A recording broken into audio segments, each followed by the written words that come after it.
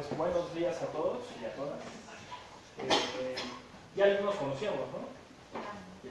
Bueno, con actores. Porque estuvimos aquí haciendo un taller sobre cine y bueno, ya a lo mejor habrá algunos conceptos que les suenen y pues a las otras y a los otros bienvenidos. Tenemos hoy mucha suerte de estar aquí, yo digo, por varias razones, ¿no? O sea, primero porque pues se viene un proceso electoral importante, que hay muchas expectativas. Después porque me parece que estamos en una coyuntura que favorece que favorece mucho todo esto que les voy a comentar hoy. Les voy a platicar varias cosas. Primero, yo vengo ahora llegando de Oaxaca y tuve la oportunidad este fin de semana de, vamos a decir, vivir de lleno o vivir plenamente un proceso o el inicio de un proceso de mediación.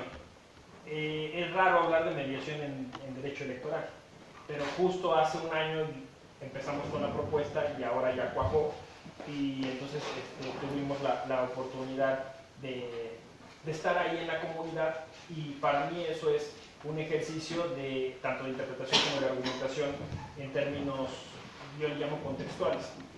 Hace poco me pidieron justo eso, que definiera ese programa y yo le llamé así argumentación contextual. ¿Qué quiere decir? En campo, in situ, ¿no? Esto me parece es importante porque la coyuntura trata de un proceso, que lo voy a llamar así ya de inicio para que nos vayamos acostumbrando con esta gramática, de colonizador. El problema de la argumentación jurídica en este país es su alta colonización.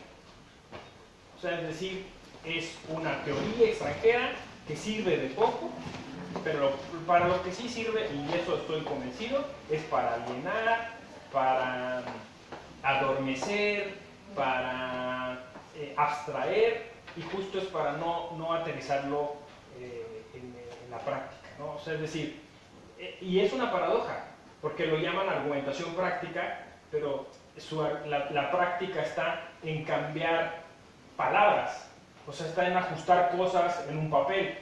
No sé si me explico, eso no es práctica.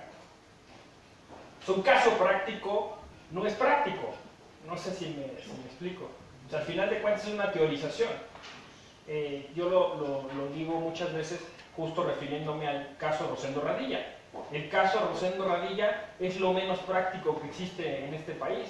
E incluso, ya entrando en materia de lo que les quiero proponer, a mi parecer es lo más escandaloso y ruin que podemos hacer respecto de eso que sofisticadamente llamamos derechos humanos.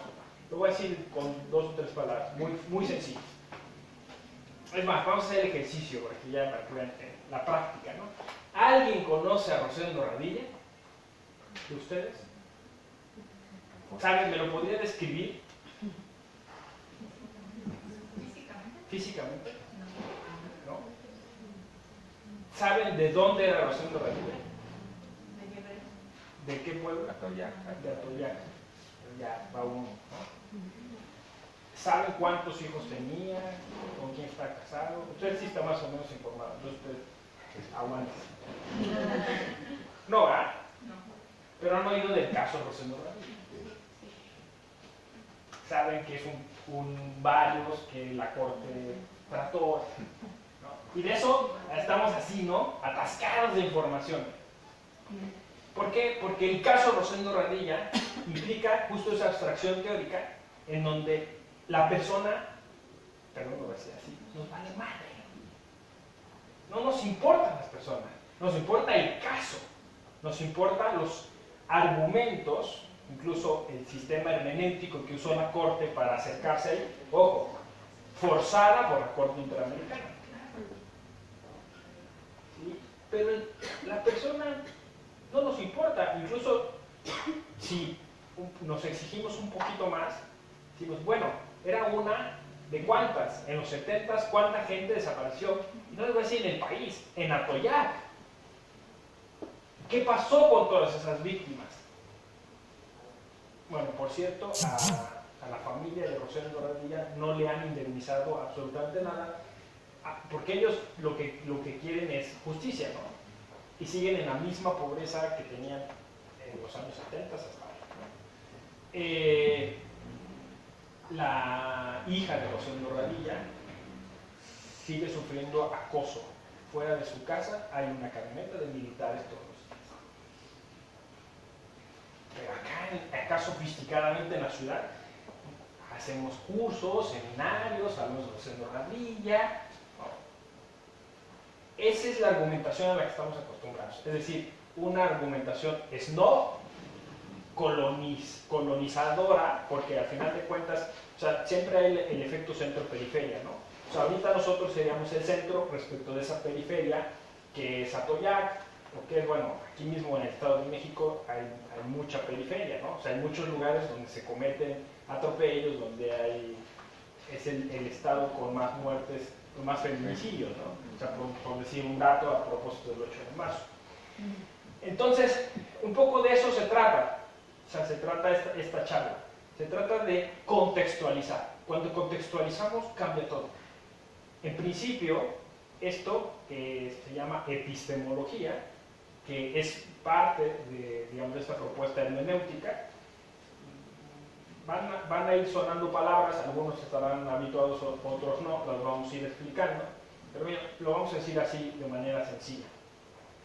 La epistemología es hacia dónde miro, es la teoría del conocimiento, es decir, cómo conozco y por qué conozco esas cosas. Entonces, para nosotros poder interpretar, pues nosotros tenemos que mirar hacia algún lado para interpretar eso que estamos mirando, ¿no? Entonces, la pregunta es, ¿hacia dónde miras? Cuando tienes delante un caso, ¿hacia dónde miras? Y si miras hacia el interior de lo que ese caso dice, quizás está bien, pero no es suficiente. La propuesta es miremos al contexto. Cuando yo les digo Rosendo Radilla y ustedes lo contextualizan, o sea, es decir, es un tipo, y ustedes se imaginan incluso el pueblo, o incluso lo conocen el pueblo, o se meten un poquito a internet y ven y la familia, como veo que usted hizo, ¿no? O sea, empiezan, cambia la forma de interpretar ese objeto, porque es un objeto que incluso se materializa, vamos a decirlo así, se encarna, toma cuerpo. Y esto es lo que la filosofía del derecho hoy está, no toda la filosofía del derecho, una filosofía un poco más curiosa, está tratando de incorporar. O sea, todo esto está transversalizado por cuerpos. Los expedientes, detrás de cada expediente hay personas que tienen cuerpos. Y lo digo así como muy impulsivamente, porque pensar en el cuerpo, y en ese cuerpo o que desaparece, o que se disuelve en ácido, o que entierran en una fosa, es importante, porque ese cuerpo, incluso aún disuelto, aún desaparecido, permanece. Esto es lo que está diciendo la filosofía. Permanece incluso con mucha mayor vehemencia y fuerza. Esto es paradójico, ¿no? Es una dialéctica interesante. O sea, no estando el cuerpo, pero existe, o sea, algo mucho más poderoso. Eso en términos jurídicos lo llamamos derecho a la memoria. O sea, es decir, no sé si, bueno, en muchas películas o en muchas escenas, en televisión o cine, luego alguien va marcando, ¿no? Por rayitas así, cuando van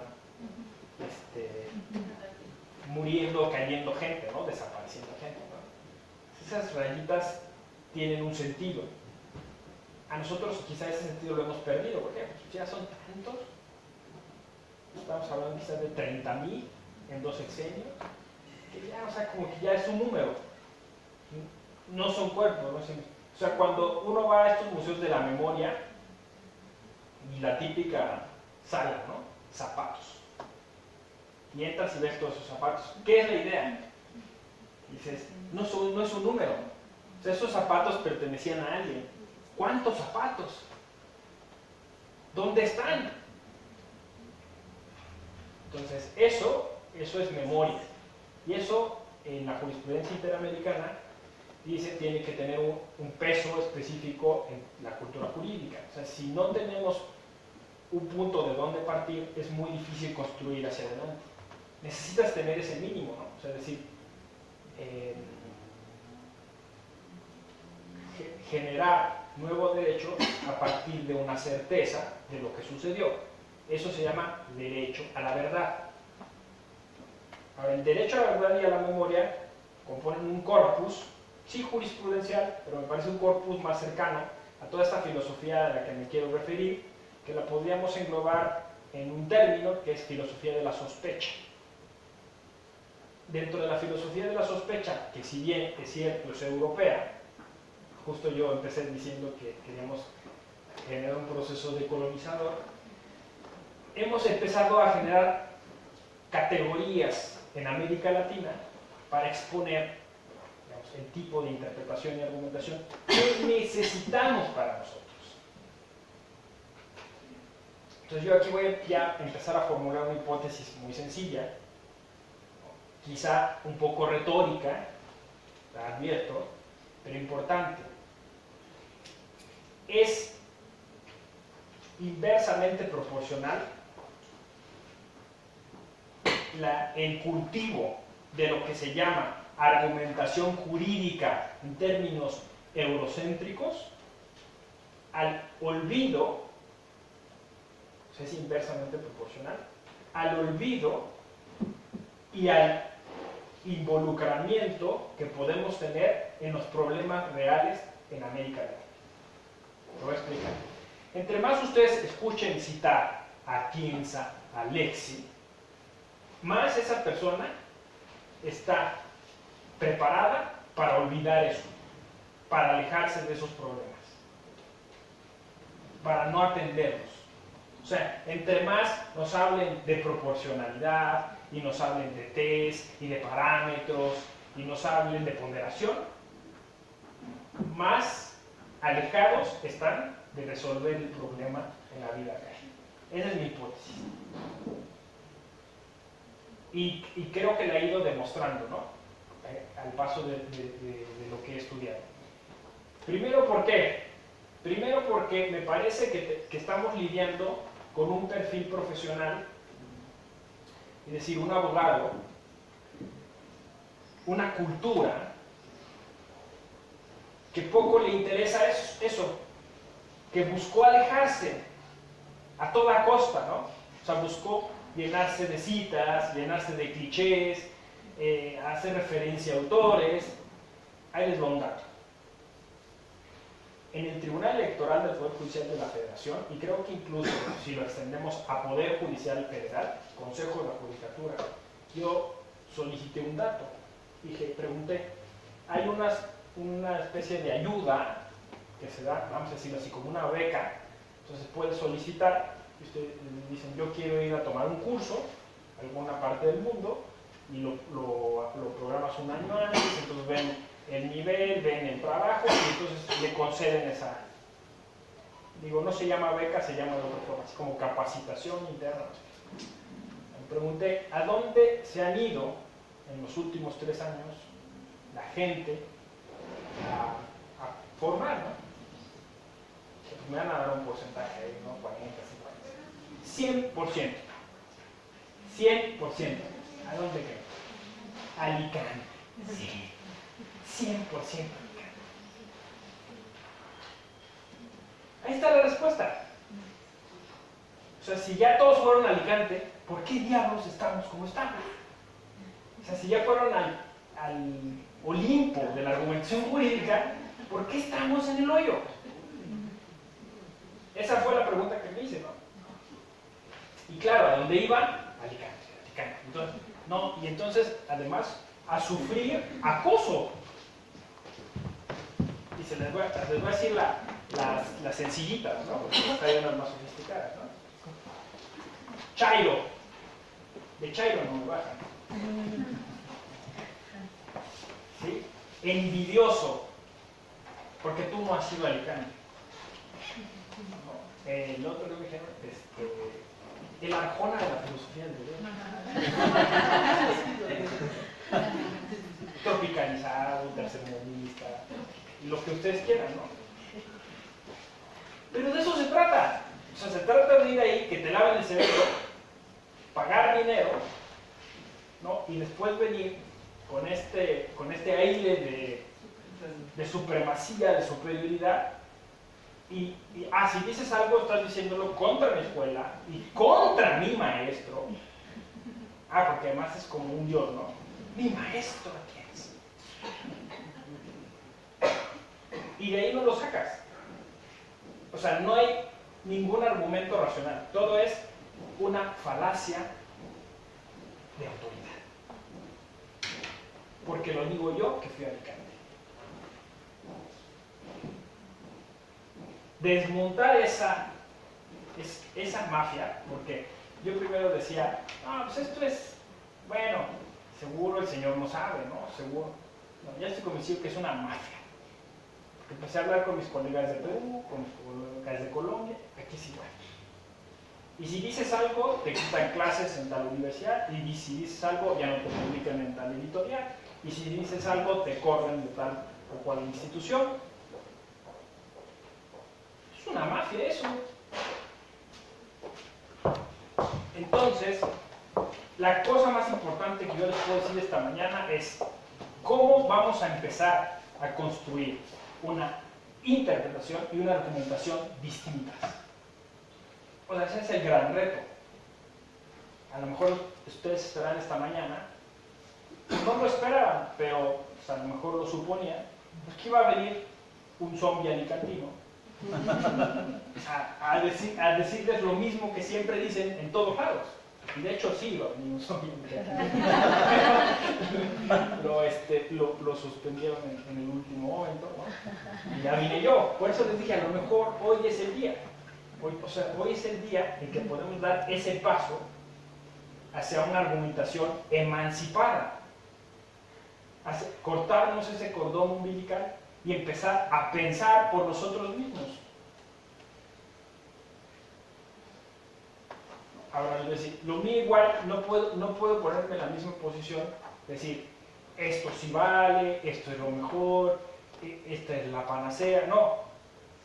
Más bien, lo que yo les puedo ofrecer es, esto es el modo en que yo lo construí, ahora les toca a ustedes empezarlo a construir como ustedes consideren, pero pues justamente haciéndose las preguntas que me parece que son las correctas. Porque la pregunta no es, tú eres mejor argumentador dependiendo dónde estudiaste, o si te sacaste foto o no con el tipo ese. Porque sí, de verdad, o sea, me han llegado a decir, mira, aquí tengo una foto con él, ¿no? O sea, como si por ciencia infusa les va a pasar al abrazarlo, les pasó el poder mágico, ¿no? Que con Alexis es exactamente igual, o peor, porque como Alexis es más exótico, y porque además Atienza aprendió de Alexis, entonces, yo lo he visto, o sea, a mí me ha tocado de, por favor, doctor, déjeme, aunque sea que me acerque a verlo, ¿no? O sea, eso yo solo lo vi con el Papa. Pero de verdad, o sea, hay esta idea de que la argumentación consistiría justo en la transmisión mística de un poder. Entonces, así no se puede construir nada. Ahora, ¿saben qué es lo interesante?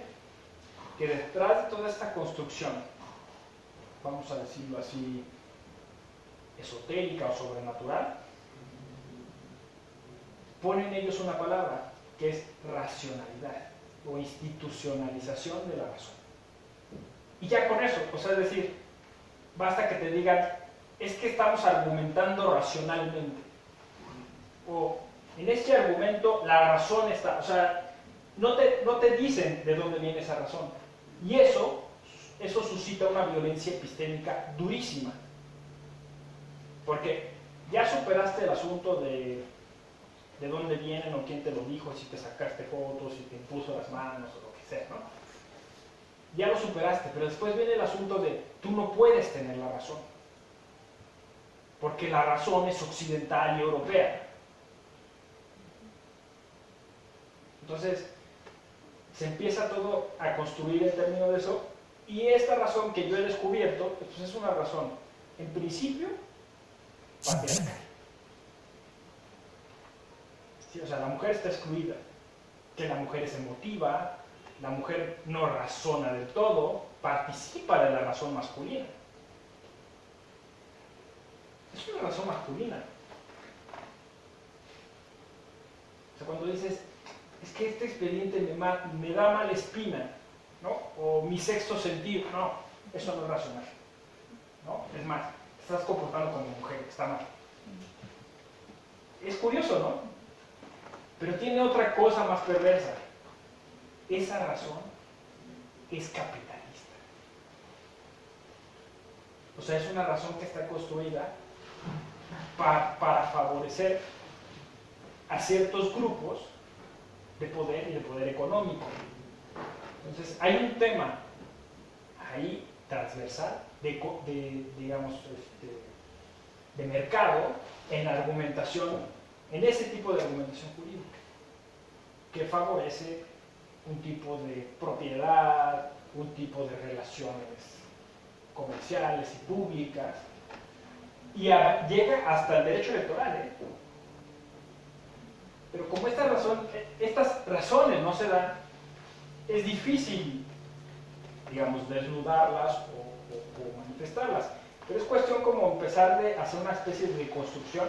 Si tú le quitas lo colonial, si tú le quitas, o sea, se queda desnuda, y este tipo de argumentación es como vamos a decirlo así, muy falaz, ¿no? O sea, es decir, se basa sobre todo en hegemonías, en imposiciones. Y entonces, justo lo que se trata es como de hacer una especie de revolución epistemológica y ponerlos a parir chayotes, literalmente, a estos argumentólogos, diciéndoles, bueno, ¿y eso dónde y cómo sucedió? ¿Y eso cómo lo voy a aplicar en la realidad? Y entonces, sí entran en crisis, ¿no? Yo creo que, por ejemplo, y se los dije al inicio, uno de los elementos que es nuestro potencial, que podemos trasladar a esa argumentación, es la interculturalidad. Es decir, el hecho de que nosotros seamos una sociedad pluricultural nos permite tener otros elementos antropológicos, psicológicos y sociales que podemos incorporar a esa argumentación. Y aquí va el gran secreto, fíjense.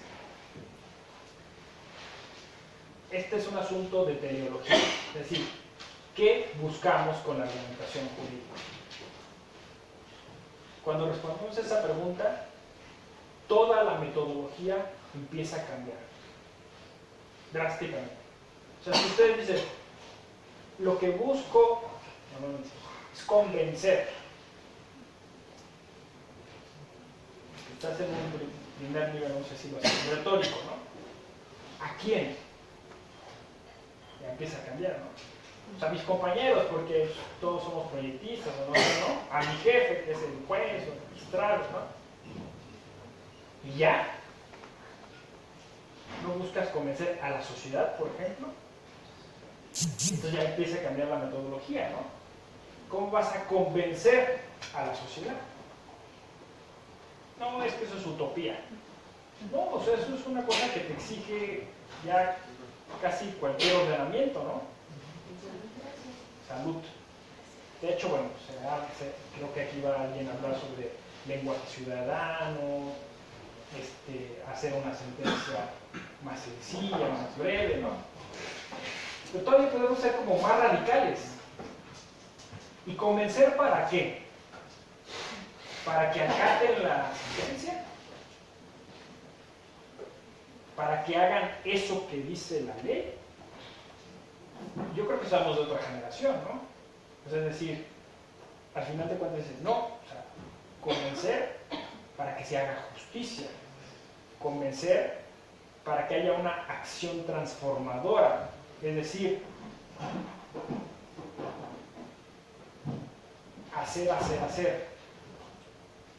Pues es decir, decirle a otro a otra con las suficientes razones y argumentos para que algo cambie en su interior y decida hacer las cosas de manera distinta. No pensar, hacer las cosas de manera distinta. Ahí va el secreto. Si tiene que hacer las cosas de manera distinta, no son argumentos típicamente, vamos a decirlo así, formalistas y logistas, como sea. Pues es decir, bien construidos, con una lógica maravillosa, sino incluso con una fuerza emotiva suficiente.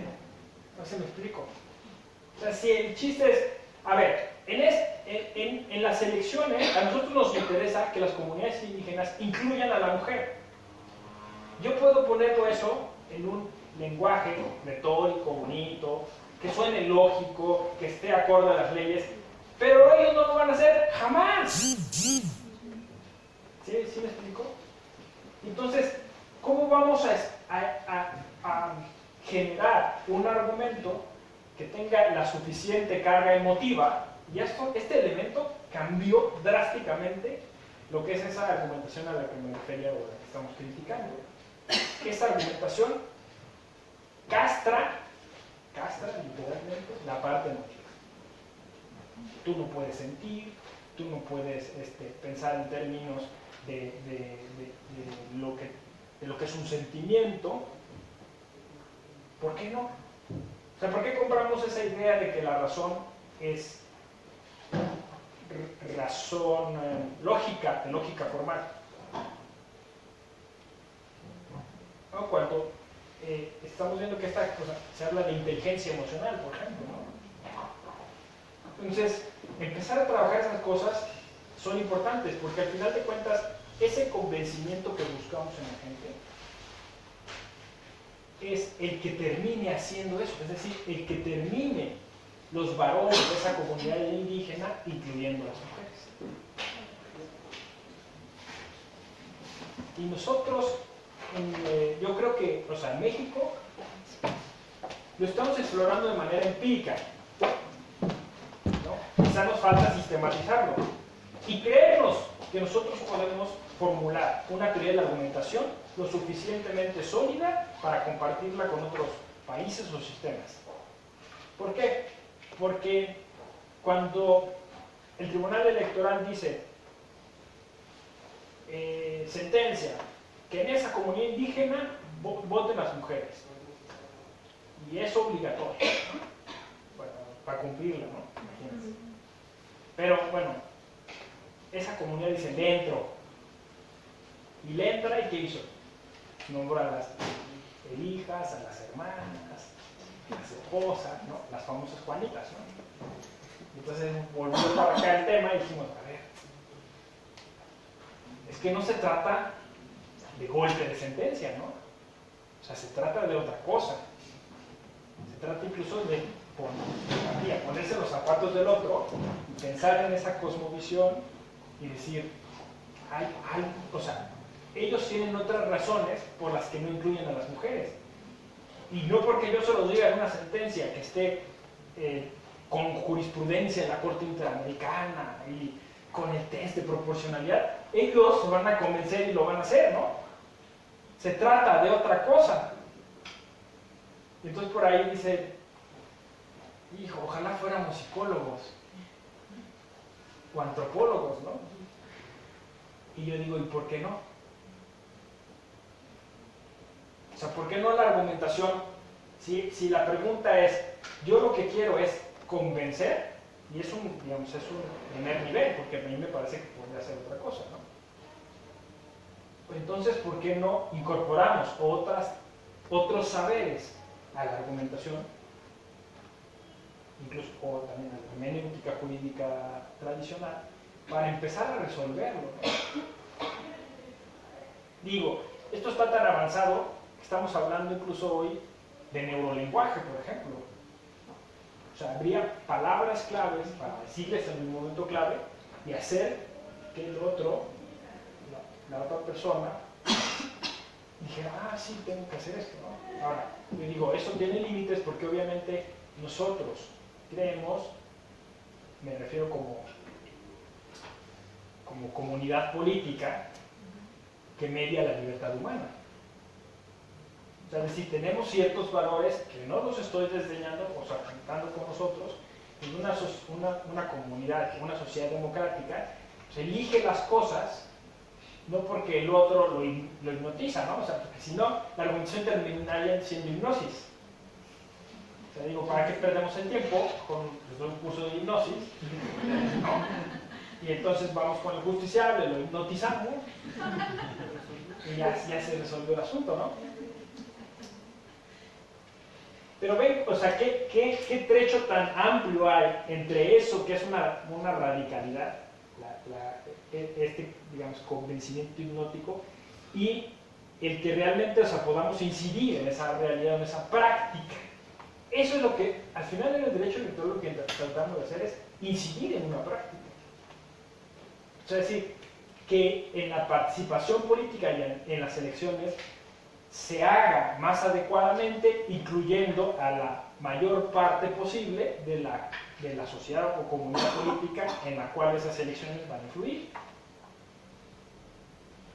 O sea, es un trabajo, les digo para que se entusiasmen, pues que tiene grandes retos, tiene grandes fines, y entonces tendríamos, en la medida de nuestras posibilidades, que poner más de ese entusiasmo en ese trabajo que va destinado a transformar esa realidad, ¿no? Esa realidad que, insisto, hoy está plagada de cuerpos, presentes o ausentes, ¿no? Y los presentes con una psicología social, con una forma de actuar, que desgraciadamente, bueno, pues a lo mejor está ahorita atravesada por otro elemento que es la violencia. Si ustedes suman eso, o sea, si cómo hago una argumentación que sirva para transformar, que incida en la cultura, que tenga estos elementos de antropología, sociología y psicología, pero que además atenúe la violencia, se pone interesantísimo. O sea, imagínense el campo que hay. O sea, ¿cómo hago una argumentación, yo la he llamado, para la paz? Casi no hablamos de eso. Es curioso, ¿no?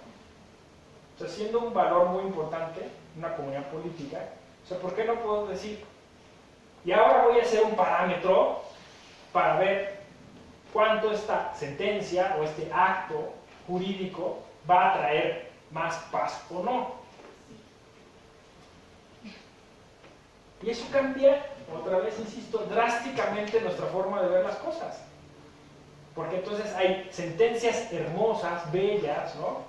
Pero que no sirven de nada o que incluso van a generar más violencia, como el asunto de las Juanitas. Van a generar muertos, incluso. Entonces, ¿por qué eso no se puede incluir en un test?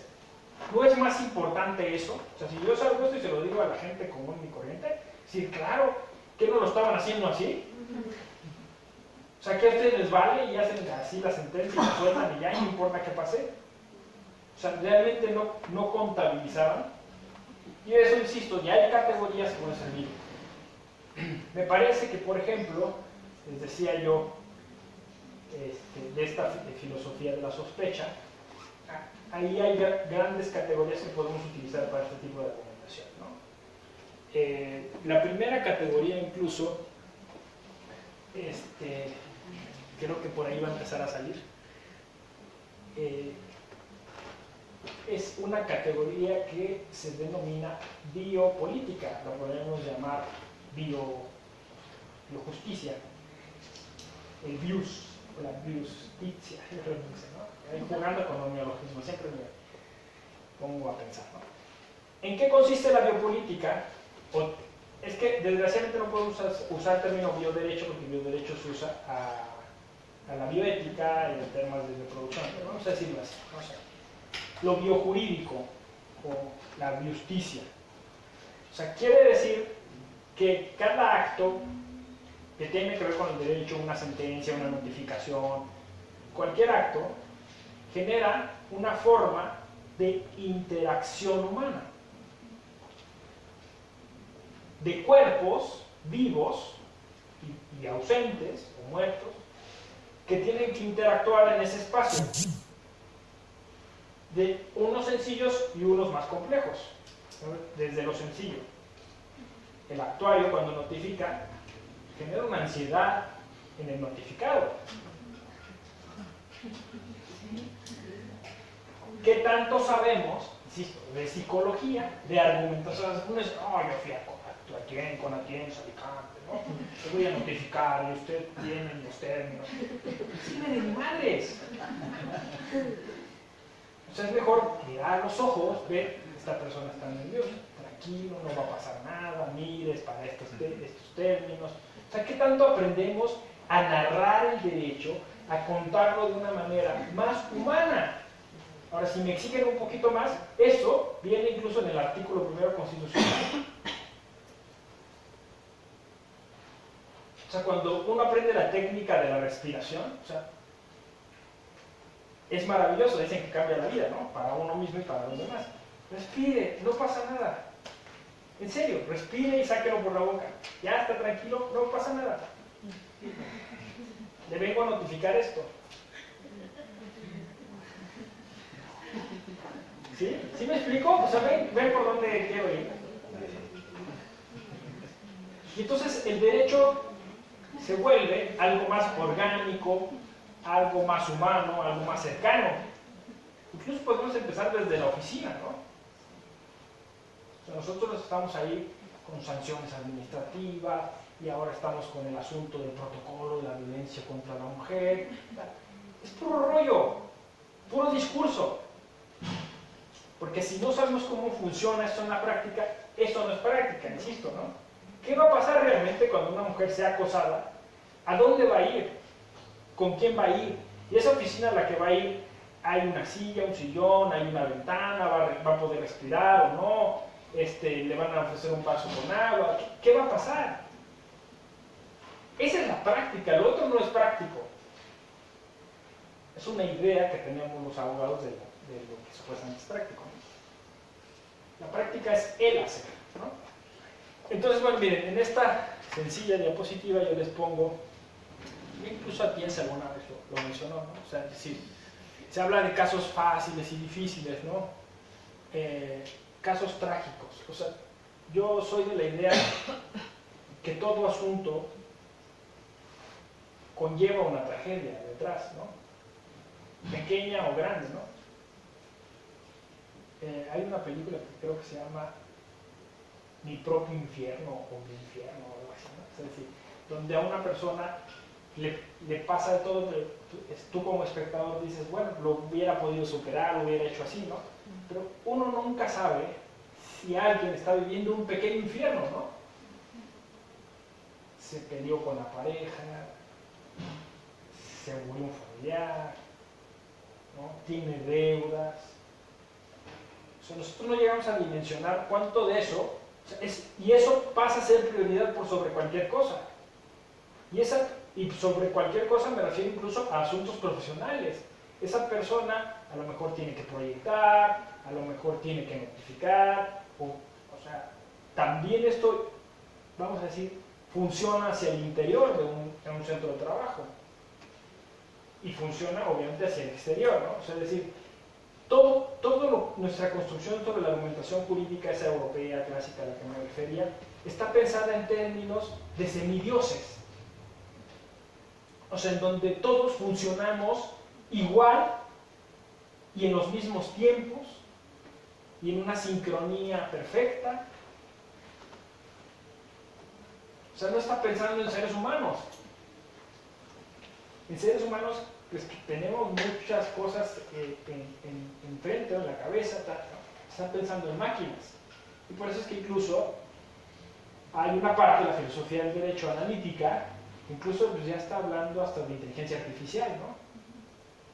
Entonces, en un momento pues, vamos a ser nosotros prescindibles. O sea, es una máquina, un software, y la máquina te va a arrojar la sentencia y ya.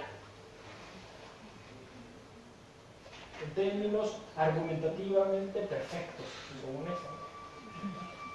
Si no consideramos la tragedia humana, creo que estamos perdidos, ¿no? Desde los griegos había esta idea, ¿no? O sea, hay una ibris, hay una vis, o sea, hay una violencia, hay una convulsión en toda la sociedad, ¿no? Y tenemos que tener ese elemento presente. Dice una autora belga muy importante, Michelle Muffet, que son sociedades altamente antagónicas. Y entonces esta idea de que el derecho liberal vino a traer orden y el bien común, ¿no? O sea, es una idea hasta cierto punto violenta.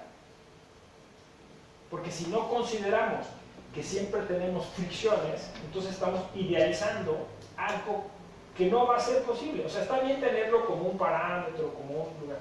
Que tenemos que considerar la agonía, dice ella. ¿Y qué es la agonía? Pues es esa lucha diaria. Esa lucha diaria por los derechos incluso. Y que, ojo, a diferencia de esa filosofía occidental, nosotros tenemos un plus. Nosotros esa lucha diaria la libramos en colectivo. Ese es nuestro plus. Que claro, cada vez menos en las ciudades, ¿no? Nos aislamos, nos atomizamos, nos vamos a nuestra casa, nos encerramos, ponemos el Blu-ray, nos hacemos una malteada y queremos nosotros consolarnos a nosotros mismos, ¿no? Pero en México, si en algunas comunidades, si alguien tiene un problema, va con la comunidad y tratan de resolver el problema en colectivo. Eso está ausente de esa otra teoría de la argumentación a la que me refería, ¿no? Es decir, cómo podemos reaccionar como un colectivo para poder resolver estos problemas. A mí me parece que estamos explorando eso recién, por eso les decía, es una coyuntura, todos estamos aprovechando esta coyuntura. Estamos leyendo mucho a Luis Villoro. Les recomiendo ese texto maravilloso, que es una conferencia, y quien no lo quiere leer la puede ver la conferencia. Se llama De la libertad a la comunidad. Nosotros tenemos una filosofía, ¿no? Una filosofía que Leckensdorf llamó filosofía tojolobal, que bueno, después se puede, digamos, generalizar para otras comunidades indígenas y que es parte de nuestro pasado, que es justamente esta idea de lo gnóstico. Por eso Villoro, como filósofo, y además tiene muchas referencias a la justicia y al derecho, finalmente termina incluso embelesado, vamos a decirlo así, por el zapatismo.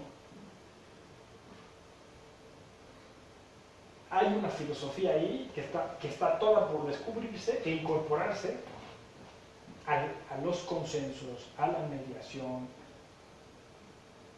O sea, ¿por qué estamos en un tribunal? Pero ¿por qué el tribunal tiene que ser pensado o planteado en términos de confrontación? Vamos a decirlo así. Yo dije, siempre hay lucha, pero esta lucha no tiene que ser necesariamente frontal. ¿No les llama la atención eso, de verdad? De que no haya mediación en términos electorales. O sea, no me refiero a la mediación que está prevista en algunos estatutos de algunos partidos políticos. O sea, me refiero a por qué todo tiene que terminar en un juicio. Incluso, podríamos decir, nuestra democracia no es deliberativa ni participativa, es una democracia litigiosa. Nosotros no votamos por alguien, lo resuelve un tribunal. O sea, es otra forma de democracia, tenemos que empezarle a buscar un nombre. Porque queramos o no, de todas maneras, ahí hay valoraciones, hay ideologías, hay posturas. ¿Por qué? Porque finalmente los que deciden son seres humanos. Esa es la otra parte de esta propuesta que les traigo, ustedes ya la identificarán, es muy realista. realista no en términos de que, no, es que nosotros sí conocemos la realidad, no, en términos de que de estas escuelas realistas, que me parece la última más interesante y de la que seguramente tenemos mucha influencia, es Critical Legal Studies. Es decir, el juez tiene una forma de ver la realidad. O sea, esto no lo podemos negar, no es una máquina, no es un tipo neutro, una persona neutra que ve y ya, yo lo veo desde mi objetividad y desde mi palacio de cristal, no. O sea, tiene intereses personales, tiene afinidades políticas con ciertos partidos, o sea, es una realidad, no la podemos obviar ni desconocer. Entonces, según estas escuelas, incluso una muy interesante ya arraigada en Colombia, que ha sido de un discípulo de Duncan Kennedy, que es Diego López Medina, pues habla de estas cadenas del derecho, de un derecho impuro. Es decir, un derecho que está, o sea, cuando decimos, es que eso se tropicalizó, no hay que verlo en términos despectivos o peyorativos. Se adaptó a nuestra realidad, se contextualizó. Y quizá eso es por nuestro malichismo que tenemos, ¿verdad?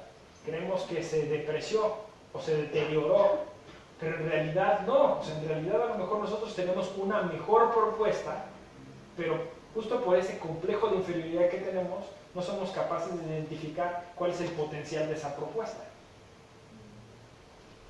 Entonces, bueno, por eso yo aquí al principio les puse argumentación o interpretación, incluso teoría de la interpretación infrarreal, ¿no? Esa es la propuesta nuestra, ¿no? O sea, nuestra porque me refiero al colectivo que está detrás. Yo le llamé en su momento juscultural, le llamé de muchas formas, ¿no? Pero hoy ya tiene nombre, se llama infrarreal, ¿no? O sea, esta teoría de argumentación infrarrealista o infrarreal del derecho va incorporando estos conceptos que les estoy comentando y piensa mucho que pues hay que tener consideración de esa realidad, o de esta postura crítica. Hay otra quizá rama que también nutre esto, que son los estudios críticos latinoamericanos. ¿Han escuchado de estos? Quizá el representante mexicano más conocido, ay, se me fue ahorita el nombre, de aquí de la UNAM, ahorita se los digo, que tiene que ver con una postura marxista frente al derecho y considera, digamos, esta lucha de clases en la cual, pues obviamente el derecho juega un papel de opresor. Es lo mismo que dicen los Critical Legal Studies y lo que dicen esta filosofía de la sospecha. Ahí les va otro concepto. El derecho funciona como un dispositivo, dice Agamben, ¿no? Muy apoyado en Foucault. Dispositivo quiere decir un instrumento, un álbum, una herramienta que se usa para conservar esta distancia entre esas dos clases, ¿no? Para poder generar pues, ese sistema donde la argumentación jurídica juega el papel de estate quieto, ¿no? No te rebeles, no te emancipes, no te liberes, ¿no? Quédate en un margen de racionalidad. Porque en el momento en que dices, no más, ya me até, que como mujer me están acosando. Es que eso ya no es racional. ¿Sí me explico? Eso es visceral, eso es emotivo, ¿no? Y no vemos que ahí realmente hay un argumento mucho más fuerte que cualquier otro argumento. Entonces, es un argumento nacido del hartazgo. Ese ya no más, me parece, debe ser más revalorizado, ¿no? Entonces, ¿qué? Vienen estos varones, patriarcas, dicen, tranquilo, tranquila, ¿no? Modérate, recapacita racionalmente lo que me estás pidiendo. Mételo dentro de las instituciones. Entonces, esto funciona como un dispositivo. Obviamente, bueno, pues hay otras categorías que se han utilizado ahí. El propio Agamben usa estado de excepción permanente. ¿En qué se refiere esta categoría? Dice, bueno, lo que sucede es que no solo es el que nos nieguen derechos o nos impidan ejercer ciertos derechos o libertades, sino también en que este Estado se ha sofisticado y ha entendido que el mejor negocio es limitar esos derechos y esas libertades. Es un mal negocio. ¿Por qué? Porque miren, basados en el contrato social, nosotros supuestamente cedemos ciertas libertades y ciertos derechos a cambio de otros, pero nadie nos dijo que estos derechos y libertades iban a ser más que lo que íbamos a recibir. Entonces es un contrato leonino. Entonces, en la medida en que ha avanzado la historia, dice Walter Benjamin, podemos demostrar que el déficit es altísimo. O sea, hay números rojos. O sea, nos ha ido más mal que bien dentro de ese contrato. Entonces la pregunta es, ¿y entonces por qué seguimos así, no? O sea, ¿por qué nadie se atreve a romper el contrato o a modificarlo? Pues porque hay una sofisticada red, un dispositivo que sirve para que todos estemos de alguna manera alineados a eso, ¿no? Entonces, esto Benjamin y después Agamben lo llama estado de excepción permanente. O sea, si el Estado descubrió cómo en todas las constituciones está esto, exceptuar los derechos, porque viene el enemigo, porque están allá afuera los narcotraficantes, porque acá están los musulmanes, tal, y entonces nos limitan derechos. Y la argumentación va siempre en ese sentido montada ahí. Entonces nos limitan derechos supuestamente por un tiempo excepcional. ¿Qué pasa? No es cierto, se vuelve permanente. Véanlo aquí en México, o sea, es evidente, ¿no? Y entonces, todo se justifica, argumentación jurídica, en función de ese peligro inminente. ¿No? Que alguien decía, le pareció que Jacobs lo había dicho en esa expresión del derecho penal del enemigo, ¿no? Es decir, se genera un ordenamiento en función de un enemigo que puede ser cualquiera de nosotros. Porque en el momento en que dices algo mal o algo que no le conviene al sistema, entonces entras en esa categoría de enemigo. Eso, por ejemplo, en el terreno del derecho electoral es muy interesante en lo que le llamamos discurso político o propaganda electoral. O sea, ahí puede haber todos estos elementos de disciplinamiento a partir de ese dispositivo. Sí, bueno. Ahí voy pasando. Yo me parece que hay otra razón por la cual estamos en una coyuntura importante. Todo esto que les estoy diciendo ahorita, por cierto, bueno, eso es importante como referencia. Hay un libro que yo escribí que se llama Argumentar de otro modo los derechos humanos. Este libro ya está disponible gratuitamente. Si ustedes lo ponen mi nombre, ponen Argumentar de otro modo los derechos humanos, lo van a encontrar y lo pueden descargar y ya van a ver mucho de lo que les estoy diciendo aquí. Este libro me acaban de decir justo la semana pasada que si lo puedo actualizar y le voy a meter un capítulo más, lo que yo estoy desarrollando aquí con ustedes es ese capítulo. Ustedes van a ser parte de ese libro. Ese libro se va a publicar en Perú, en la editorial Grisle. Lo tengo que entregar ya en 15 días. Entonces, lo que yo ahorita estoy platicándoles va a formar parte de esa parte, de ese capítulo, ¿no? Y seguro ya bueno, se llamará argumentación infrarreal del derecho, no se llamará argumentar de derechos humanos. El infrarrealismo igual está cobrando un poquito más de fuerza, tenemos una agenda, entonces también creo que en ese sentido creo que esto está siendo importante para lo que se está fraguando por ahí, ¿no?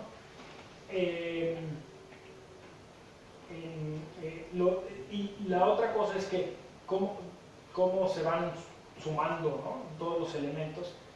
Yo lo que les quería compartir era el asunto de Oaxaca. para que a través, vamos a decir, de un caso práctico, podamos ir descubriendo todos estos elementos a los que me refería. Entonces los pongo en contexto, porque más es un caso electoral. Una agencia municipal en Oaxaca, ojo, Oaxaca es la única entidad federativa que tiene reconocido lo que se denomina sistemas normativos internos. Si la Constitución permite que las comunidades indígenas, los pueblos originarios, tengan su sistema electoral como ellos quieran, ¿no? Ellos dicen, quiero votar así, y así es. La única obligación que tienen es, al principio del año, notificar al OPLE cuáles son las condiciones sobre las que va a hacerse esa votación, para que haya certeza, ¿no? Es decir, si hay un derecho mínimo, es justamente ese derecho comunitario, antes denominado usos y costumbres, que lo único que hace el Instituto Electoral es explicitarlo, es decir, publicitarlo, para que todos conozcan las reglas del juego. Entonces, bueno, pues eso está bien, vamos a decirlo así, en términos de lo que se llama interculturalidad jurídica. Y entonces, al principio del año, luego se publica, se pega en las distintas agencias o comunidades que integran ese municipio donde se van a hacer las elecciones, y al final del año se hacen las votaciones, también como ellos establezcan, ya saben, a mano alzada, pizarrón, pelotón, aclamación, ¿no? Por aplauso, así como hacía Chabelo, ¿no? Bueno, o sea, hay infinidad de fórmulas, ¿no? Incluso en algunos casos hasta no, en la mayoría, más bien en todos los casos, se tiene que exponer también cómo se van a resolver los conflictos. Es decir, hay una jurisdicción electoral. O sea, en cada municipio de Oaxaca hay vamos a decirlo así, una justicia electoral. Es decir, aquí cómo van a resolver los conflictos, si es que los hay, y qué vigencia tendrá, y en qué momento se hará, ¿no? Entonces, hay un diálogo muy interesante, porque todas estas comunidades obviamente están dispuestas a escuchar, o sea, escuchar qué puedo mejorar para que sea más clara la elección, haya menos problemas, existe un derecho a la paz, y podamos tener pues, un cargo que sea de unidad, ¿no? Un cargo que nos lleve a un mejor gobierno. Entonces, pues están siempre escuchando pero no solo escuchando, o sea, también nosotros podemos escuchar, es decir, cómo lo han hecho, cómo les ha funcionado mejor. Tienes una gama, o sea, un laboratorio ahí inmenso, ¿no? O sea, es decir, que se puede incluso graficar o hacer estadísticas, ¿no? O sea, en tantos municipios se hace así y tiene más efectividad o eficacia que en los que se hace de este modo. Y en los que se hace de este modo puedes irles a decir, hoy en estos municipios lo hacen así, no te convendría hacerlo así. Entonces empieza a haber un diálogo interesante, un diálogo que empieza a generar pues argumentos, formas de interpretar el derecho que son plurales, o sea, no hay una única forma. Hay muchísimas, y insisto, aunque se pueden graficar y hacer estadísticas, pues a lo mejor esta es la más adecuada solo para ese municipio, por el contexto. ¿Cuál es ese contexto? Bueno, pues es un municipio muy fragmentado, porque hay sierra, porque cuesta mucho trabajo llegar hasta la otra comunidad. Tiene que hacer de ese modo. Si lo hacemos de este otro modo, no funciona. Entonces, básicamente, es estar ahí inmerso en esa práctica, conocer. Pues resulta que en esta comunidad, en este municipio de la Mixteca, que se llama San Jorge Victoria,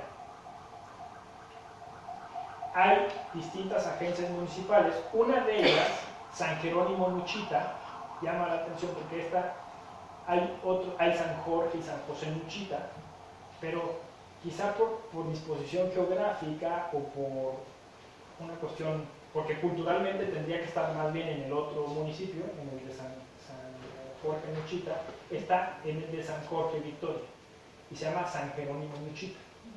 Bueno, entonces ellos solicitaron que fuéramos porque en una elección pasada, ellos tuvieron derecho a nombrar dentro del cabildo a 2 funcionarios. Y entonces tomó un acuerdo verbal sobre esto, ¿no? Pues no, pues está bien, porque esta comunidad aporta mucho al municipio, porque es una agencia importante, agrícola, vamos a permitir que se tomaron acuerdos. Y en esa ocasión se pidió al OPLE que la elección se llevara a cabo en la propia agencia, y lo hicieron con unas urnas que se identificaban con el color rojo y verde, para que se pudiera saber, o sea, dónde meter los integrantes de una agencia para el municipio. Esto lo hicieron y fue un gobierno muy armonioso, ¿no?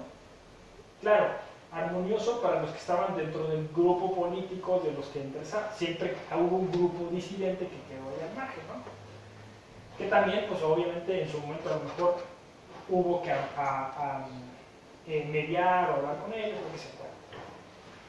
En esta última elección que acaba de pasar, fue en noviembre, el municipio, la cabecera municipal, ni informó, ni pegó nada, hizo sus votaciones y nombró un cabildo y un presidente municipal de miembros exclusivos de la cabecera. La agencia quedó al margen. La agencia impugna basándose en lo que ellos consideran un derecho adquirido, que fue en una asamblea general, dijeron que ya les iban a dar al menos 2 sitiales. Y entonces, ahorita el asunto está ahí, ¿no? O sea, ellos contrataron unos abogados. La idea es que la Defensoría del Tribunal Electoral, la Defensoría Electoral para Pueblos y Comunidades, intervenga cuando esto vaya ya a la sala jalapa, cuando ya entren dentro del ámbito federal. Depende que conteste el tribunal local. Entonces nosotros llegamos y los abogados de la Defensoría, los defensores, dijeron, eso no se preocupen, nosotros vamos a entrar, no sé qué, y van a ver, les va a ir muy bien, y tal. Estaba toda la asamblea ahí, llegaron. Alza la mano un señor y dice, oigan, ¿y ustedes no podrían ir a hablar con los del municipio?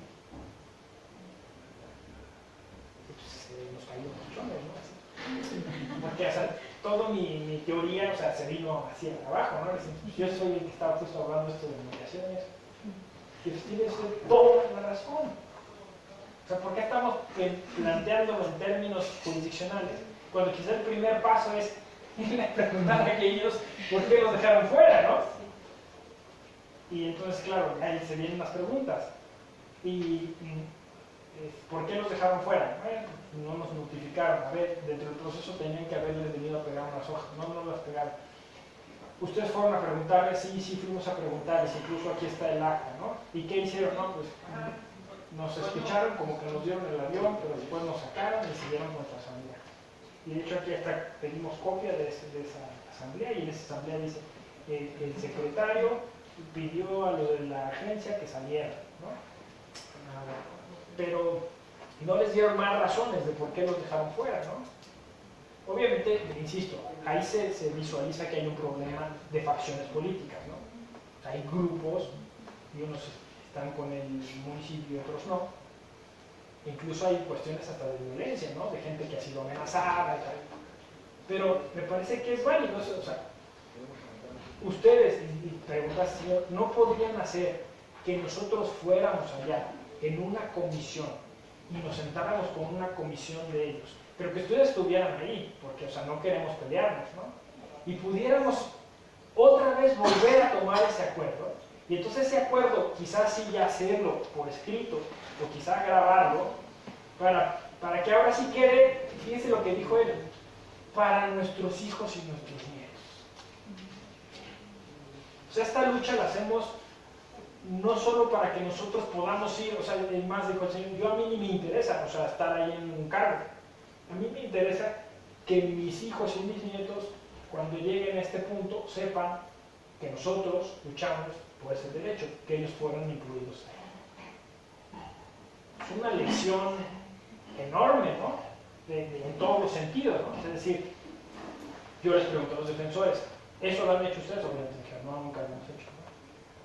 Pero me parece que podríamos argumentar para sacar facultades que permitieran que se arreglen. Porque al final de cuentas, ¿qué queremos en esa comunidad? Pues que se arreglen, ¿no? Que se pongan de acuerdo, que a ellos los dejen, que los incluyan. Entonces empiezan a salir elementos que son muy importantes. O sea, por ejemplo, en ese acto jurídico electoral, como parámetro, incluso como estándar, ¿a cuántos más puedes incluir? ¿A quiénes dejas fuera y por qué razones? ¿Puedes incluirlos en un futuro? Y eso pasa con todo, ¿no? O sea, yo también ahí mismo les dije, bueno, aquí hay muy poquitas mujeres. O sea, ustedes se quejan de que no los han incluido en el municipio, ustedes, ¿por qué no incluyen a las mujeres aquí? Entonces ya dijeron, bueno, pues si quiere, ¿por qué no nos viene a dar un curso o algo así de eso, no? Bueno, pero ya se empieza, ¿no? A hacer, es interesante, ¿no? Es decir, es un elemento de este posible, vamos a decir, teoría de la argumentación sería ¿a cuántos más se puede incluir en los actos jurídicos que llevamos a cabo cuando se argumenta, ¿no? De hecho, bueno, esto del derecho empático puede servir, yo lo llamo derecho simbiótico.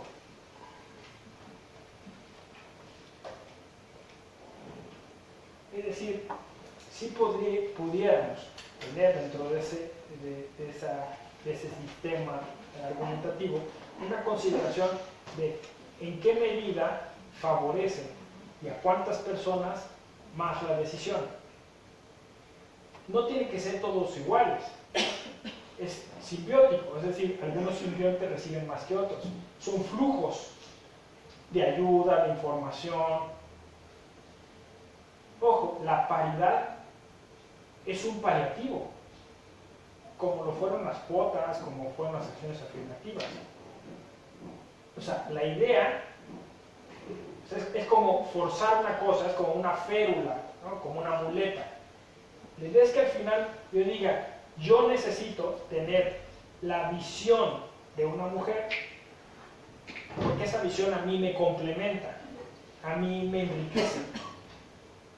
Si estamos 50-50, pues obviamente va a ser una visión más, vamos a decirlo así, enriquecida o complementaria. Pero es un paliativo, o sea, al final de cuentas se trata de llegar a una solución simbiótica, en donde todos estemos recibiendo lo que necesitamos en el momento justo.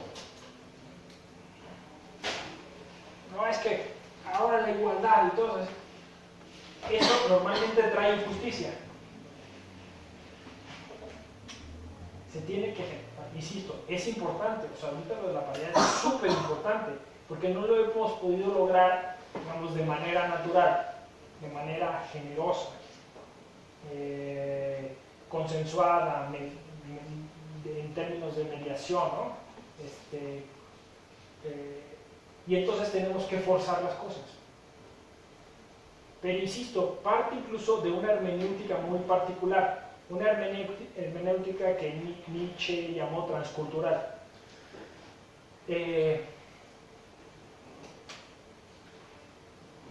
Yo se los decía en esta comunidad, no es mejor sumar. O sea, si dejan afuera a tal vecino en la fiesta, a lo mejor no van a tener música, porque ese vecino a lo mejor es el que tenía la banda, ¿no? Entonces no es mejor sumar, o sea, esa es una gran pregunta. Entonces, ¿cómo vas incluyendo, cómo vas haciendo que esta simbiosis impacte en esas prácticas, ¿no? Y pues claro, o sea, siempre uno se da cuenta que es mejor incluir porque pues te vas enriqueciendo con las perspectivas y con las aportaciones de las personas que en principio pues habías dejado del lado marginal, ¿no?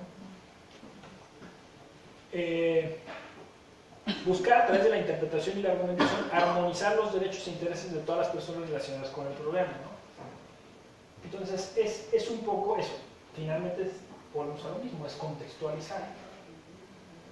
Entonces, si viene ese contexto, ¿a quién estamos dejando fuera? ¿Cómo lo podemos incluir? Quizá no lo podemos incluir ahora, pero ¿en cuánto tiempo lo vamos a incluir? Porque cuando venga y te diga, ¿por qué no me incluiste?, le vas a dar un argumento. Pero inmediatamente te va a decir, ¿y cuándo me vas a incluir? Y entonces tienes, entre más certeza tengan, pues obviamente más paz y consenso logramos, ¿no? Te voy a incluir en un mes, te voy a incluir. Cuando se dan largas, pues ahí se ve que hay cuestiones que no son del todo positivas, ¿no? No es todo.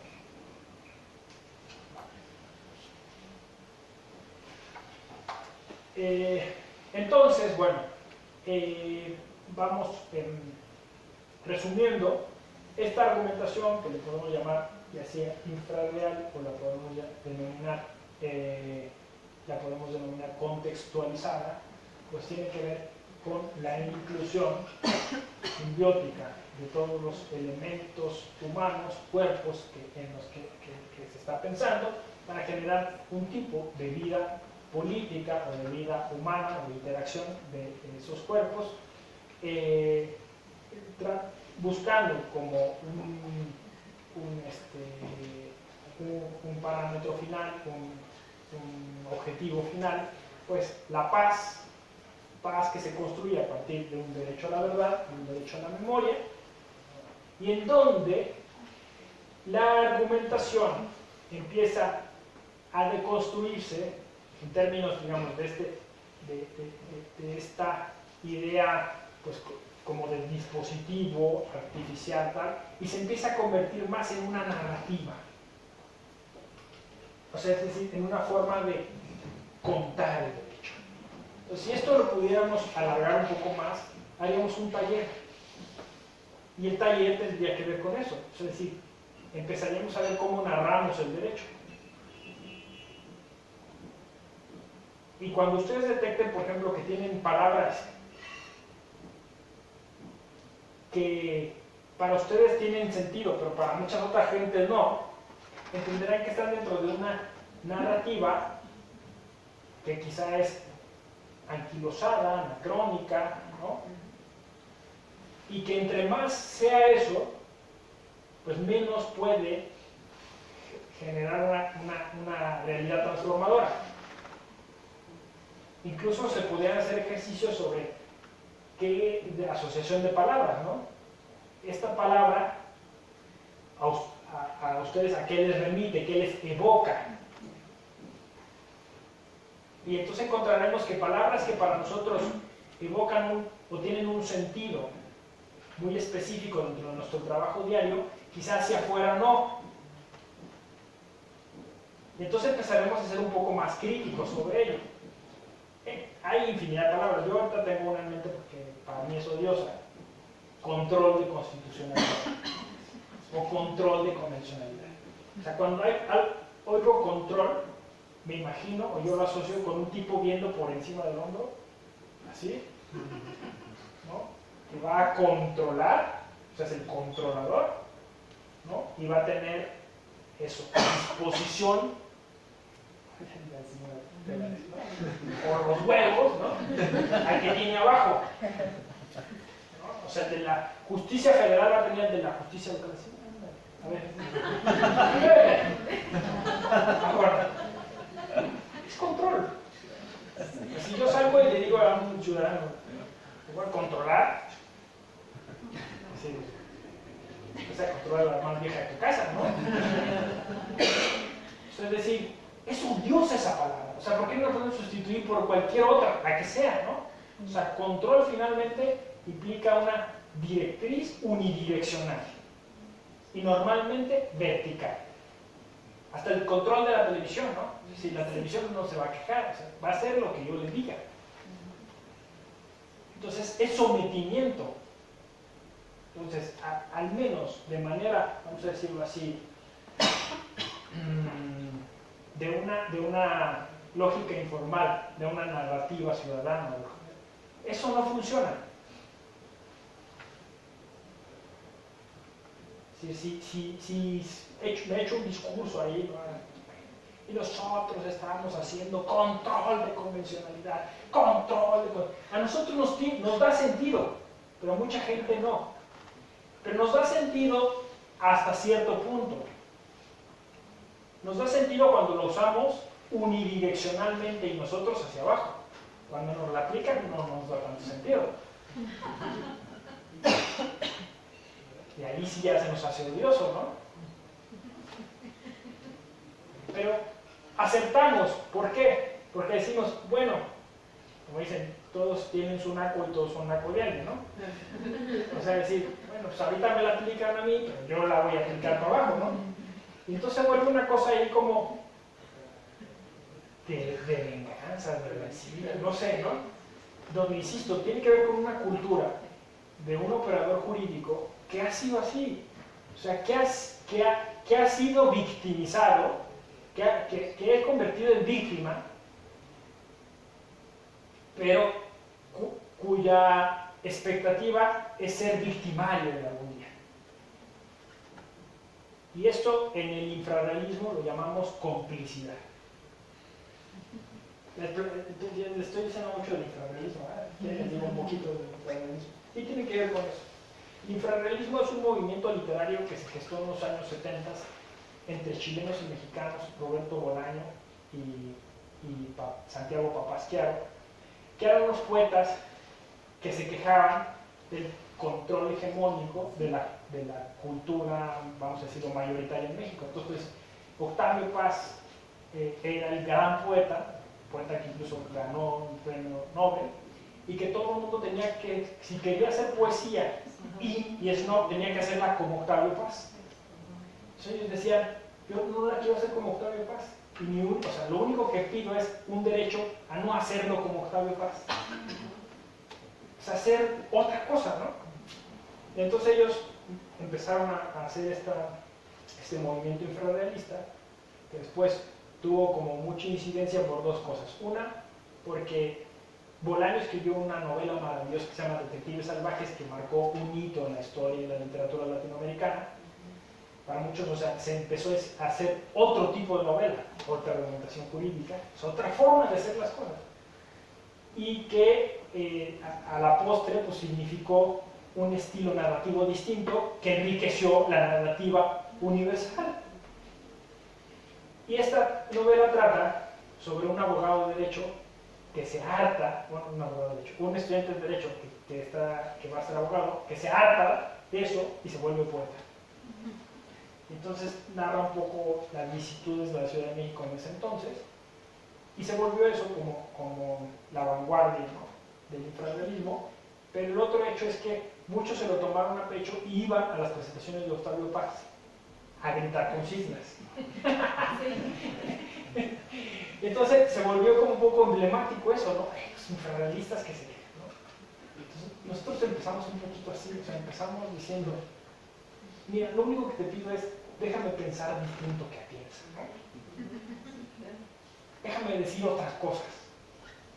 E incluso llegamos también a gritar consignas, ¿no? Cosas de esos importantes. Pero bueno, la historia es que entonces, a partir de eso, tomamos la palabra y luego la empezamos como a apropiar.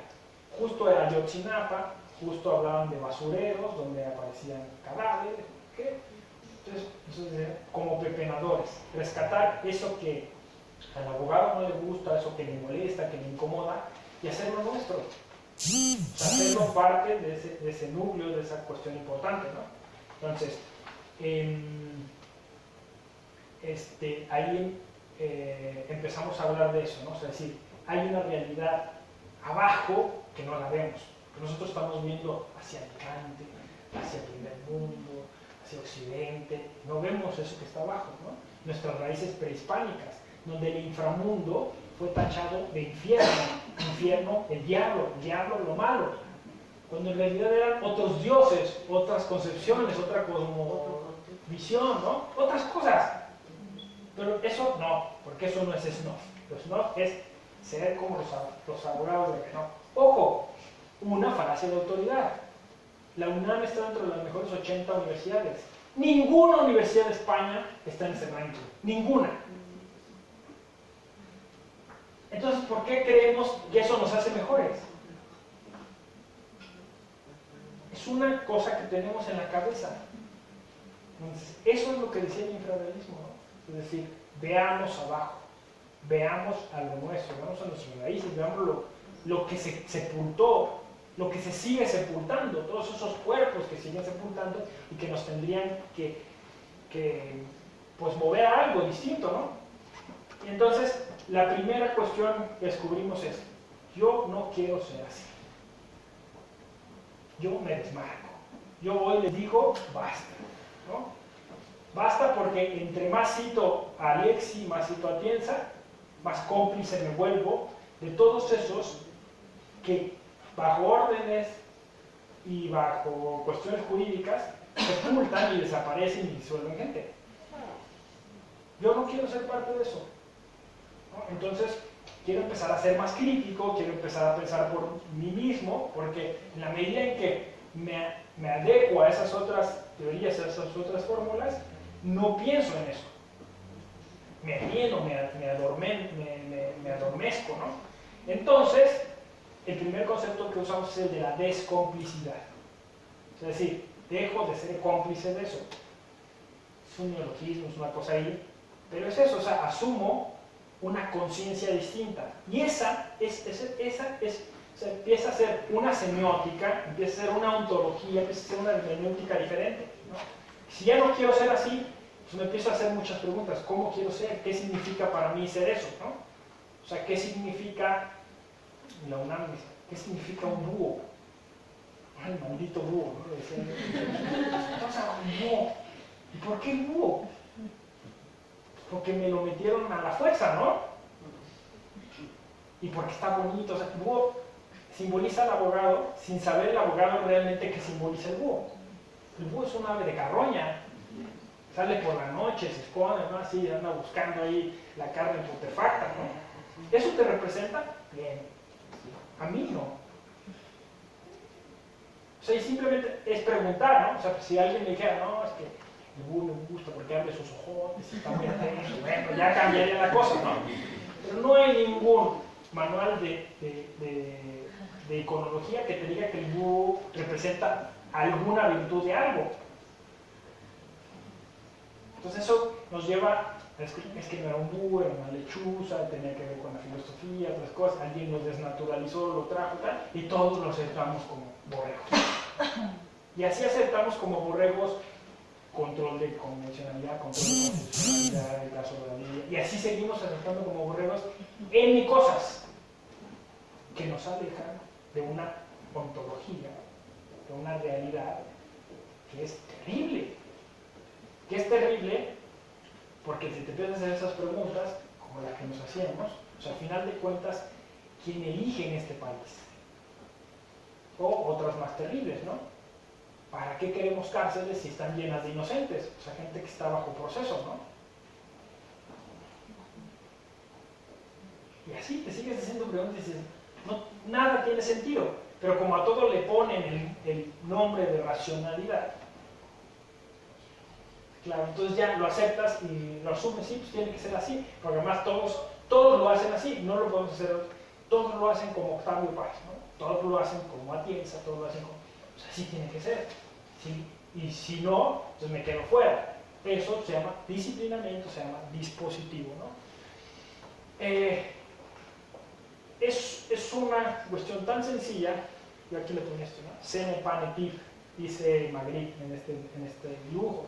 Esto no es una pipa. ¿Sabe alguien por qué esto no es una pipa? Por la idea que nos hemos forjado, ¿no? No, porque no es una pipa. Es un maldito dibujo de una pipa. Pero no es la pipa. Y así nos pasa. O sea, el asunto está en que nosotros decimos, este es el derecho. No, es una maldita hoja de papel y tinta. El derecho está allá afuera. Las prácticas que nutren a eso están allá. Y nosotros tratamos de representarlas, de escribirlas, de describirlas de una manera. ¿Sí me explico? Entonces, esto empieza a generar una serie de, vamos a decir así, de planteamientos que empiezan a ligar práctica y teoría de un modo distinto a como hasta ahora lo hemos hecho. O sea, nosotros nos han dicho, no, es que eso es teoría. O sea, a lo mejor hoy íbamos a hablar solo de teoría, ¿no? Yo estoy teorizando en muchos sentidos, pero estoy haciendo una teoría que finalmente va a incidir en una práctica. O sea, cuando yo les digo, por ejemplo, deberían de tener alguna consideración cuando notifican a alguien, estoy diciendo algo desde un planteamiento teórico, pero estoy tratando de hacer que cambie una práctica.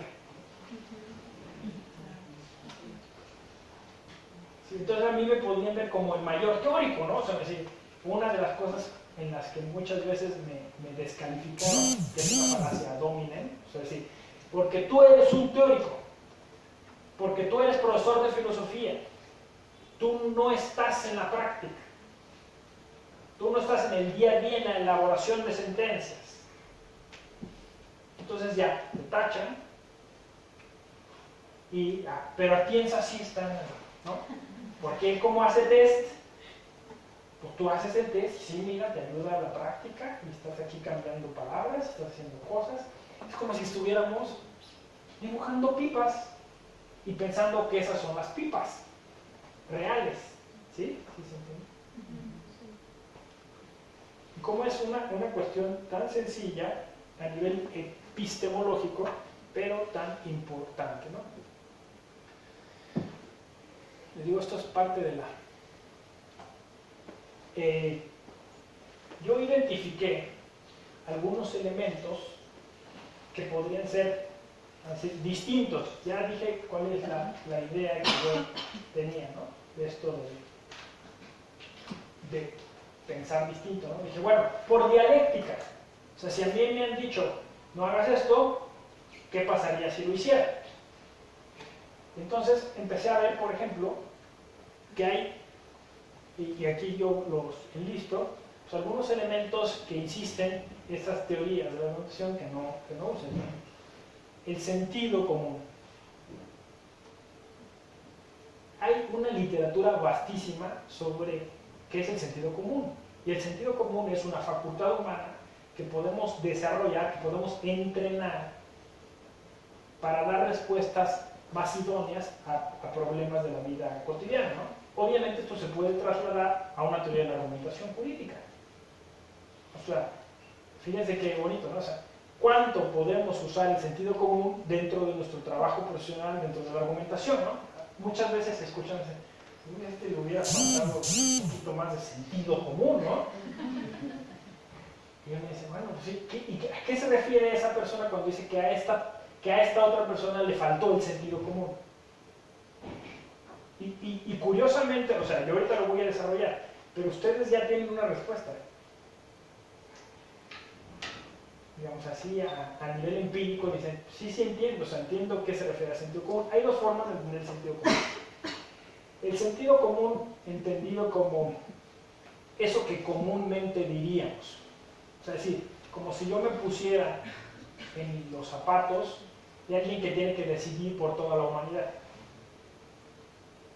Entonces, yo digo, representando a la humanidad, siendo el vocero de la humanidad, me parece que esto sería lo que comúnmente todos convendríamos, ¿no? O convendría a todos.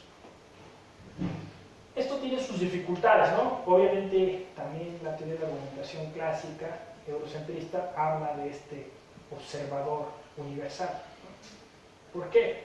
Pues porque implica lo que yo ya critiqué. O sea, nosotros, desde una cierta soberbia socrática, pensar que efectivamente tenemos, o sea, toda la visión posible para resolver un problema de una cierta índole, ¿no? Entonces, lo digo porque tengo estos intereses, tengo estas ideologías, porque fui formado en tal universidad, porque vengo de tal familia, porque vengo de tal contexto socioeconómico, o sea, todo eso. Si hacemos ese ejercicio, a través de también ese ejercicio crítico, lo que se llama sentido común. ¿Cómo se puede entrenar mejor el sentido común? Pues teniendo más conciencia de cómo usamos nuestros sentidos. Cuando yo digo, decía un colega, ¿no? El sentido de la vista, ¿no? Bueno, ¿cómo observo? Se relaciona con tal sentimiento o acción, ¿no? E imagino, es decir, veo a futuro, sí. Eso lo hacemos en fracciones de segundos, yo ahorita se los estoy diciendo de manera analítica. Pero en la medida en que nosotros empezamos como a tener más conciencia de esto, o sea, cómo observo, qué escucho, qué gestos hace la gente, cómo se mueve, tal, entonces empiezo a desarrollar mejor mi sentido común. O sea, empiezo a tener respuestas más inmediatas y mejores. Por eso es que usted ve la cultura popular, sobre todo, por ejemplo, la televisión, el operador jurídico actual, se le pide mucho este sentido común. Se fijan, por ejemplo, no sé, en series como CSI, The Mentalist, todo esto, es decir, son gente que está observando, que no es nada mágico, nada de otro mundo, ¿no? Es simplemente que aprendieron a entrenar sus sentidos y entonces tienen una solución un poco más adecuada y más inmediata a esos problemas. Esto en términos, digamos, del derecho procesal actual se llama principio de inmediatez. ¿Sí? En la posibilidad que tengo de tener más contacto con el hecho que dio lugar a cierto tipo de interpretación, pues tengo más posibilidades de tener, por sentido común, una mejor respuesta. ¿Sí? ¿Sí se entiende? Entonces, bueno, uno dice, claro, por eso se está exigiendo más al operador jurídico que se acerque más a la realidad, que sea más crítico respecto de eso que llamábamos verdad procesal. Porque esa verdad procesal pues era un poco lavarte las manos, es decir, ya está ahí el expediente, ¿no? Pero por ejemplo, en términos de comunidades indígenas, pues hay suplencia de la queja, hay muchos principios que te requieren de esa inmediatez, de esa observación, de ese escuchar, de ese hablar, para después volver a escuchar. Entonces, todos sus sentidos empiezan a jugar. Incluso la palabra proyectista está ahí, o sea, es un grado de imaginación, se nos requiere de un grado de imaginación. ¿Cuánto ejercitamos la imaginación nosotros como abogados? No se imaginarían que yo les viniera a decir que mucho de su trabajo respecta a cómo imaginamos. ¿Y cómo se ejercita la imaginación? Leyendo, por ejemplo, literatura, buena literatura. Incluso ustedes pueden hacer el ejercicio imaginando, ¿no? Yo ahora voy a ir a mi casa. ¿Cómo me puedo ir? Tal ruta, tal otra ruta, no sé qué, tal. Y empiezas a ver imágenes en tu cabeza. Y eso te ayuda anímicamente para estar preparado, no se puede encontrar tráfico, ¿no? Si no, te desesperarías, ¿no? Pero también para incluso tener una mejor solución por sentido común de una ruta. Ahora obviamente hay muchas cosas, el propio Google Maps o otras cosas que favorecen a que esas imágenes, o sea, es decir, seamos menos imaginativos, porque ya tenemos imágenes más inmediatas, ¿no? O lo vemos así. Antes, pues imagínense pensar que teníamos alguien que no conocía un elefante. No sé si han ido ustedes a estas iglesias pintadas por indígenas, que, bajo petición de algunos frailes o monjes. Entonces, ¿qué animal sería ese, no? A lo mejor era un león, ¿no? Pero el fraile decía, pinta un león, ¿no? ¿Cómo es un león? Haz de cuenta que es, no sé, como un puma, pero con una melena, no sé. No he visto tampoco un jaguar, ¿no? No sé, bueno, como un gato, pero más grande, no sé. Entonces, o sea, ese ejercicio es importante, porque al final de cuentas se basa también en una serie de estereotipos o de cosas que tenemos como cultura y que después vamos replicando y que a través del habla va teniendo sentido, ¿no? Es decir, también hay implícita una semiótica detrás de toda esta argumentación. Imagínense la posibilidad de textos, de conocimientos que podemos incorporar al ámbito de la administración de justicia cuando empezamos a considerar estos otros saberes, estos otros elementos que, insisto, vienen de la práctica.